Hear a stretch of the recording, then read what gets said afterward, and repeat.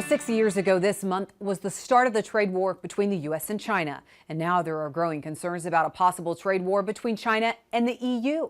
According to the South China Morning Post, European officials are warning of a trade war. It's due to frustrations in Brussels over China unwilling to budge on major issues, including at last month's EU-China summit in Beijing. One of those issues is a growing bilateral trade deficit. And one Chinese premier announcing the reopening of Chinese market to Irish beef products just last week, granting visa-free access. Irish beef was suspended after an atypical case of BSE was found in the country last year.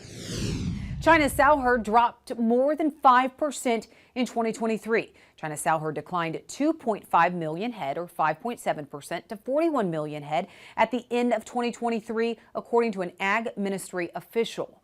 Farmers reduced their breeding herds during the final quarter of last year to cut losses amid poor margins and an oversupply of hogs. Meanwhile, now China's concerned about its own food security. That's why it's strengthening ties with Brazil.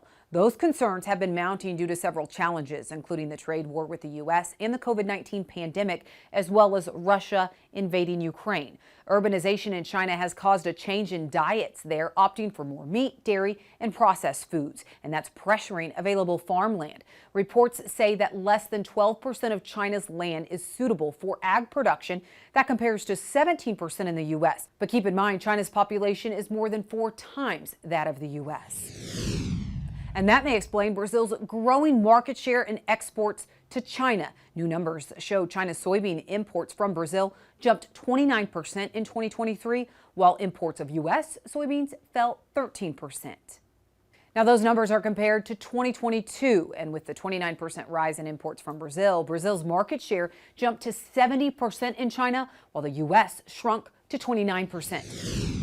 And just when you think the supply chain is finally getting back to normal, global shipping rates continue to surge, doubling in just 1 month. This chart says it all. Check out how much rates have soared over the past month. The culprit continues to be ongoing attacks by Houthi rebels on cargo ships in the Red Sea, targeting vessels traveling through the Suez Canal. It's causing new supply chain challenges in Europe and the U.S.